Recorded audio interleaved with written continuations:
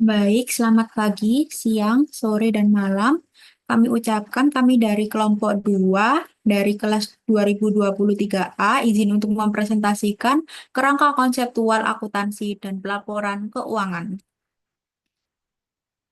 Dengan nama anggota kami yang pertama Jonathan Berlianto dengan NIM belakang 115, Wardah Zahira dengan NIM belakang 146, Meliana Desiani dengan NIM belakang 181, Armidia Putri dengan NIM belakang 275, dan Revalina Indah Saputri dengan NIM 3000. Jadi yang pertama, klasifikasi dan konflik kepentingan itu sendiri. Jadi apa sih klasifikasi dan juga konflik kepentingan?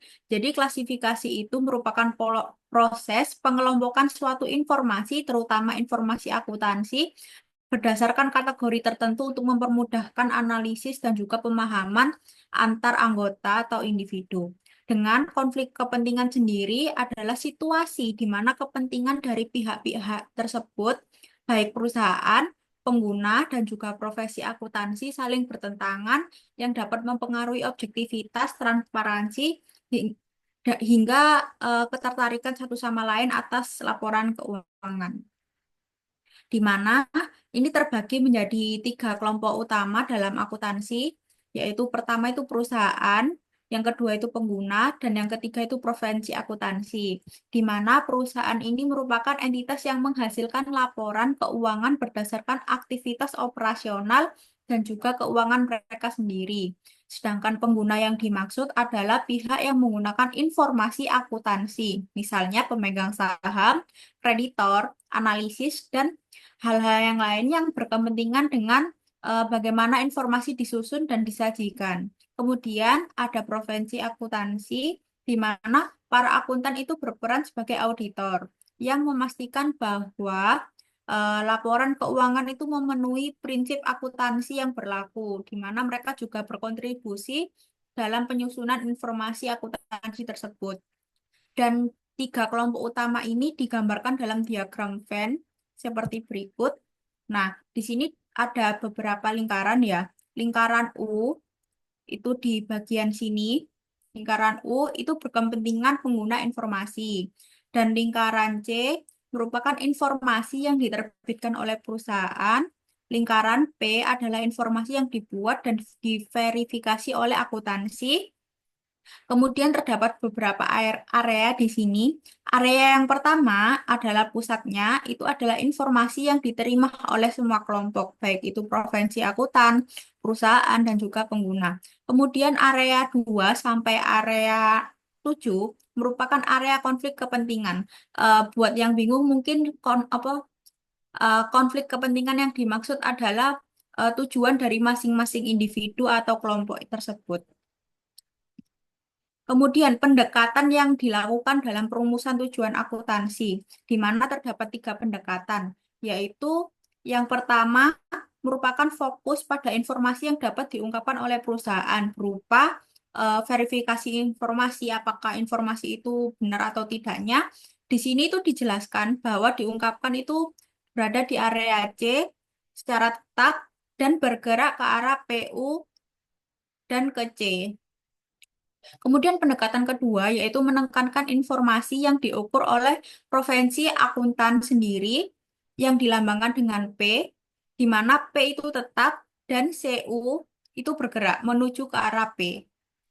Dan juga pendekatan yang ketiga yaitu memprioritaskan informasi yang relevan mohon maaf, bagi pengguna, di mana informasi ini untuk pengguna itu digunakan untuk tujuan pengguna itu sendiri. Jadi di area U itu tetap dan yang bergerak itu P dan juga C. Di mana kalau misalnya sebuah entitas memiliki tujuan, maka yang bergerak adalah entitas lain untuk membantu. Misal U, maka yang bergerak itu adalah P dan C. Dan misal C, maka yang bergerak itu adalah P dan U. Begitu pula sebaliknya. Dan di mana ini tuh masing-masing memiliki tujuan. Nah, dan tujuan tersebut dimaksudkan adalah orientasi pendekatan. Orientasi pendekatan pertama itu berorientasi pada perusahaan, yang kedua adalah profesi, dan yang ketiga merupakan pengguna itu sendiri. Nah, untuk yang perusahaan itu di mana perusahaan itu menempatkan diri sebagai pusat di sini. Kemudian yang berorientasi pada profesi itu pendekatannya itu mendekati profesi akuntansi. Di sini pendekatan kedua dan pendekatan ketiga merupakan pendekatan oleh pengguna, diorientasikan pada pengguna. Dan pendekatan pertama ini eh, pada perusahaan di mana terdapat pengaruh politik, legislatif, dan dalam perumusan teori akuntansi sendiri, di mana ini dapat terlihat di beberapa praktik seperti Inggris dan juga Amerika. Selanjutnya akan dilanjutkan oleh teman saya.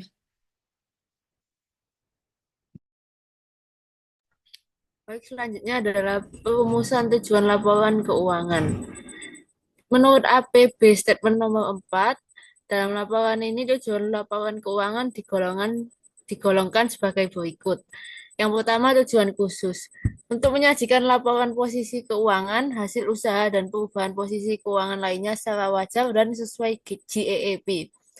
Selanjutnya, untuk tujuan umum, yaitu memberikan informasi yang terpercaya tentang sumber-sumber ekonomi dan kewajiban perusahaan.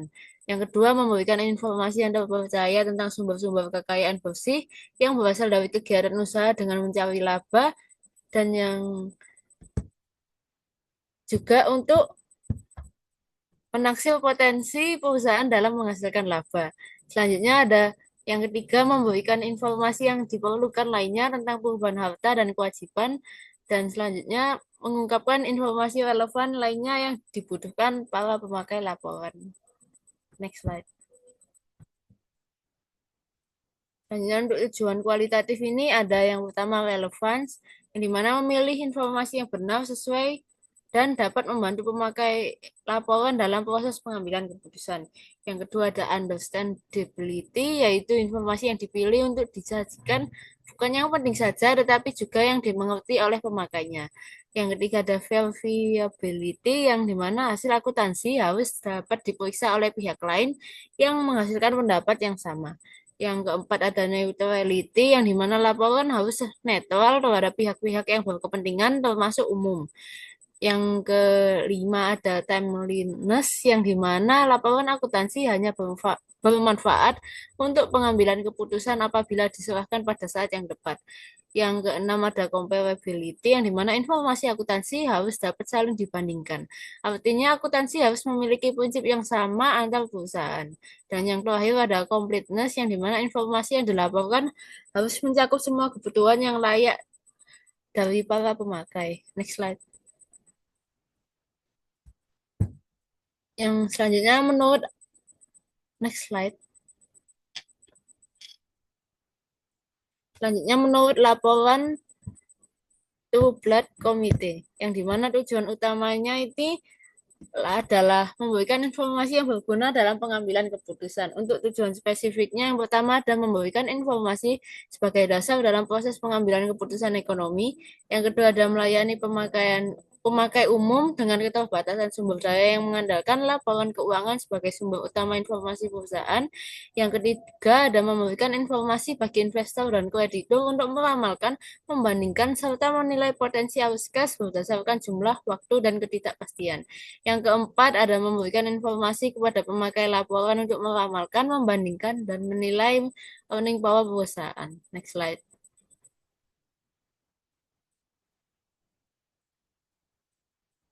Next slide. Selanjutnya yang kelima adalah menyediakan informasi untuk menilai kemampuan manajemen dalam mengelola sumber daya. Yang keenam ada menyajikan informasi faktual tentang transaksi dan kewajiban yang berguna dalam meramalkan, membandingkan, dan menilai earning power perusahaan. Selanjutnya ada memberikan laporan posisi keuangan yang berguna dalam meramalkan, membandingkan, dan menilai earning power perusahaan. Dan selanjutnya ada memberikan laporan laba periodik yang berguna untuk meramalkan, membandingkan, dan menilai earning power perusahaan. Dan ada menyediakan laporan kegiatan yang berguna untuk meramalkan, membandingkan, dan menilai earning power perusahaan, dan menyediakan informasi yang berguna untuk proses peramalan. Next slide. Dan dua yang terakhir ini ada bagi lembaga pemerintah dan non-profit memberikan informasi untuk menilai aktivitas manajemen dan penggunaan sumber daya dalam mencapai tujuan, dan yang terakhir untuk menyajikan aktivitas perusahaan yang berdampak pada masyarakat dan dapat diukur sebagai bagian dari peran perusahaan dan dalam lingkungannya. Next slide. Selanjutnya adalah kerangka konseptual. Kerangka konseptual adalah suatu sistem koheren yang terdiri dari tujuan dan konsep fundamental dalam akuntansi keuangan. Sistem ini menjelaskan hubungan antara elemen-elemen tersebut serta menjabarkan sifat, fungsi, dan batasan dari laporan keuangan dan akuntansi keuangan itu sendiri. Kerangka kerja konseptual berfungsi sebagai landasan dalam penyusunan standar akuntansi. Tujuannya adalah untuk memberikan panduan dalam menyelesaikan perbedaan pendapat selama proses penyusunan standar serta memastikan bahwa standar yang disusun konsisten dengan prinsip dasar akuntansi. Next slide.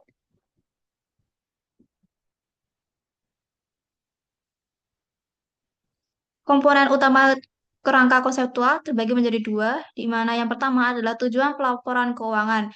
Tujuan pelaporan keuangan menjelaskan alasan dan sasaran utama dari penyajian laporan keuangan. Yang kedua, kaidah-kaidah pokok atau fundamentals, di mana konsep-konsep dasar yang memandu proses pengakuan, pengukuran, penyajian, dan pengungkapan transaksi dalam laporan keuangan.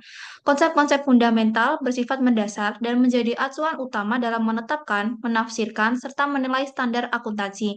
Konsep-konsep lainnya akan diturunkan dari dasar-dasar ini dan digunakan secara berulang dalam praktik akuntansi. Next slide.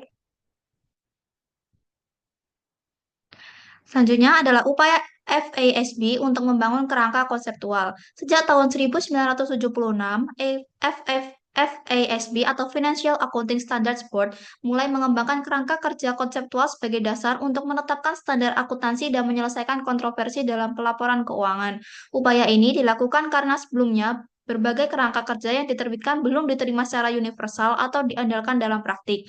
Sebagai bagian dari pengembangan kerangka kerja, FASB telah menerbitkan 6 dokumen penting yang disebut Statements of Financial Accounting Concepts atau yang bisa disebut SFAC. Dokumen-dokumen ini menjadi acuan dalam penyusunan dan evaluasi standar pelaporan keuangan. Next slide.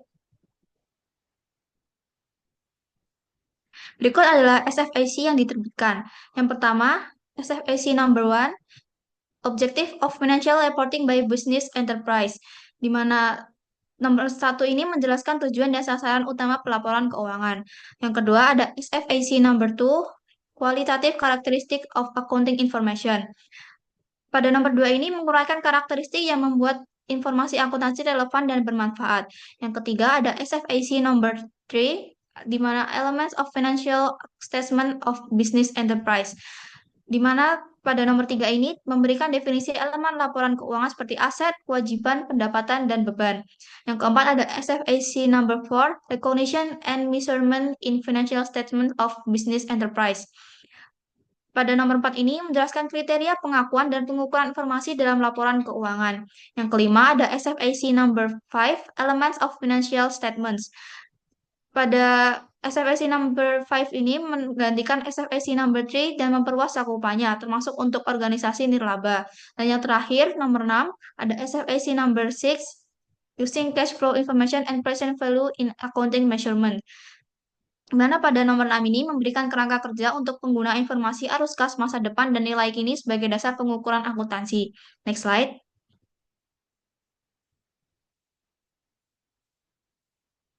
Selanjutnya ada tingkatan kerangka konseptual. Tingkatan kerangka konseptual terbagi menjadi 3. Tingkatan pertama merupakan tujuan dasar pelaporan keuangan. Tujuan utama pelaporan keuangan adalah untuk menyediakan informasi yang berguna bagi pihak yang memahami aktivitas bisnis dan ekonomi dalam pengambilan keputusan investasi dan kredit. Tujuan dasar pelaporan keuangan juga membantu pihak eksternal seperti investor dan kreditor dalam menilai jumlah, waktu, dan ketidakpastian arus kas masa depan. Yang terakhir, tujuan dasar pelaporan keuangan memberikan informasi mengenai sumber daya ekonomi, klaim atas sumber daya tersebut, dan perubahan yang terjadi.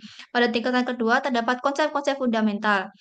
Pada tingkatan kedua ini menjembatani tujuan pelaporan keuangan dengan praktik akuntansi melalui karakteristik kualitatif informasi akuntansi seperti relevansi dan keandalan, lalu ada definisi unsur-unsur laporan keuangan seperti aset, kewajiban, ekuitas, pendapatan, dan beban.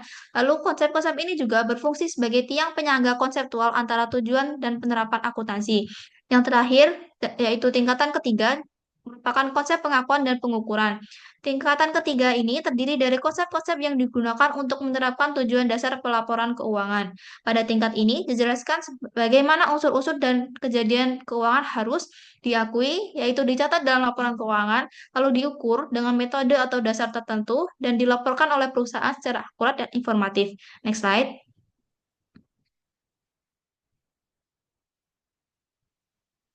Yang terakhir adalah manfaat kerangka konseptual. Yang pertama adalah membangun dan menghubungkan badan pembuat konsep dengan tujuannya. Yang kedua, menyediakan kerangka kerja untuk memecahkan masalah-masalah praktis baru yang muncul atau masalah yang belum ada standarnya. Yang ketiga, meningkatkan pemahaman dan keyakinan pemakai laporan keuangan tentang pelaporan keuangan. Dan yang terakhir, menaikkan daya banding laporan keuangan antar perusahaan. Next slide.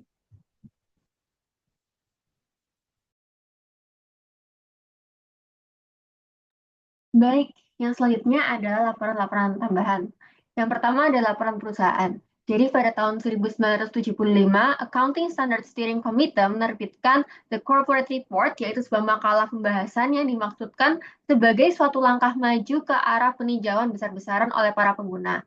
Beberapa jauh laporan tersebut memenuhi sasaran dinyatakan akan dibuktikan oleh temuan-temuan utama dan rekomendasinya, yaitu yang pertama, filosofi dasar dan titik awal The Company Report adalah bahwa laporan keuangan hendaknya sesuai dengan ekspektasi penggunanya oleh para pengguna potensial. Yang kedua, laporan tersebut memberikan tanggung jawab untuk melakukan pelaporan kepada entitas ekonomi yang memiliki dampak pada masyarakat melalui aktivitas-aktivitasnya. Next. Yang ketiga, laporan tersebut mendefinisikan para pengguna sebagai pihak yang memiliki hak wajar atau informasi di mana kebutuhan akan informasi tersebut hendaknya disadari oleh laporan-laporan perusahaan.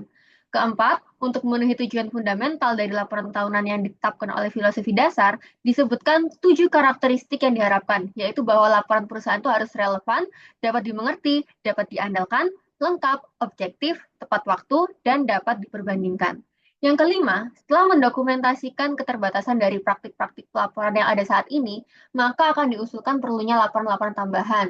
Seperti yang pertama adalah laporan nilai tambah yang menunjukkan bagaimana keuntungan yang diperoleh dari usaha perusahaan dibagi di antara para karyawannya, penyandang modal, negara, dan investasi kembali.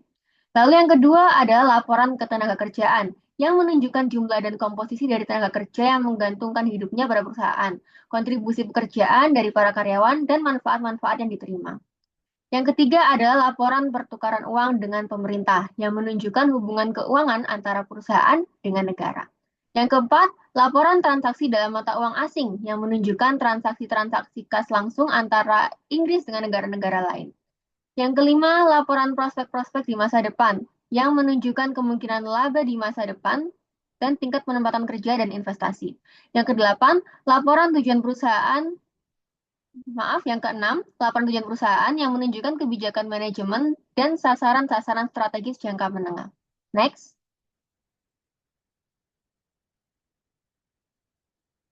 Keenam, setelah menilai 6 dasar pengukuran biaya terhadap 3 kriteria, laporan menolak digunakannya biaya historis dan memilih menggunakan nilai saat ini yang disertai dengan penggunaan penyesuaian indeks umum. Yang kedua ada laporan STEM. Jadi Certified Institute of Accountants atau CICA menerbitkan studi riset pada Juni 1990 yang berjudul Corporate Reporting, Its Future Evolution yang ditulis oleh Profesor Edward Stem. Dan studi tersebut dikenal dengan laporan STEM. Pendekatan yang diusulkan oleh laporan STEM bersifat evolusioner. Hal ini mengidentifikasikan masalah dan permasalahan konseptual dan memberikan solusi dari segi identifikasi tujuan-tujuan pelaporan keuangan perusahaan, pengguna laporan keuangan, sifat dari kebutuhan para pengguna, dan kriteria untuk penilaian mutu standar dan akuntabilitas korporat. Next. Nah, di sini STEM menunjukkan beberapa permasalahan konseptual yang rumit dan harus dihadapi oleh para akuntan dalam perumusan standar mereka. Yang pertama ada masalah alokasi. Nah, di sini tuh akuntan tuh harus membuat pengukuran secara berkala atas posisi keuangan dan kinerja perusahaan dan dalam prosesnya mengembangkan metode-metode alokasi yang sistematis dan rasional. Tapi sayangnya alokasi-alokasi seperti ini biasanya bersifat berubah-ubah dan tidak dapat diperbaiki. Yang kedua adalah masalah laba.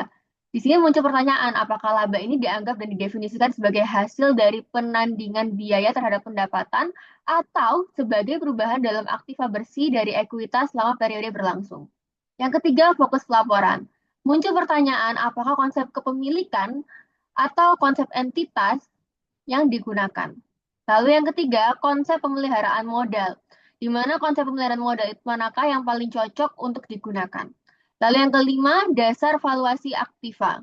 Muncul pertanyaan, dasar valuasi aktiva manakah yang sebaiknya digunakan? Biaya historis, biaya penggantian, dan nilai bersih yang dapat direalisasikan atau nilai bagi perusahaan. Dan yang terakhir adalah kekayaan ekonomi, yaitu muncul pertanyaan, apakah kenyataan ekonomi itu dan dapatkah neraca mengukur nilai kekayaan perusahaan saat ini? Sebagai contoh, masalah goodwill yang disajikan sebagai masalah yang tidak dapat dipecahkan. Next. Nah, di sini adalah merupakan para pengguna laporan perusahaan. Yang pertama ada pemegang saham, kreditor jangka panjang dan pendek, analis dan penasihat yang melayani pihak-pihak di atas, para karyawan, para direktur non-eksekutif, para pelanggan, pemasok, kelompok-kelompok industri, serikat pekerja, departemen dan kementerian pemerintahan, publik, badan-badan regulatoris, perusahaan-perusahaan lain, baik domestik ataupun asing, dan para penyusun standar dan riset akademik. Next.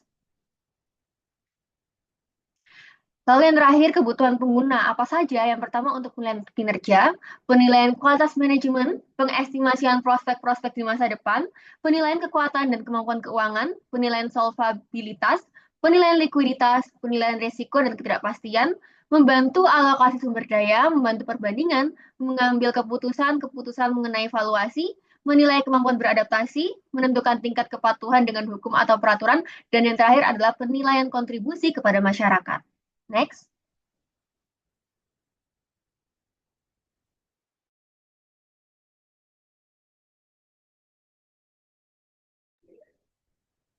Baik, di sini kita akan membahas mengenai taksonomi karakteristik normatif yang harus dicerminkan oleh pernyataan-pernyataan akuntansi. Jadi, di sini kita akan bahas dulu mengenai pernyataan akuntansi.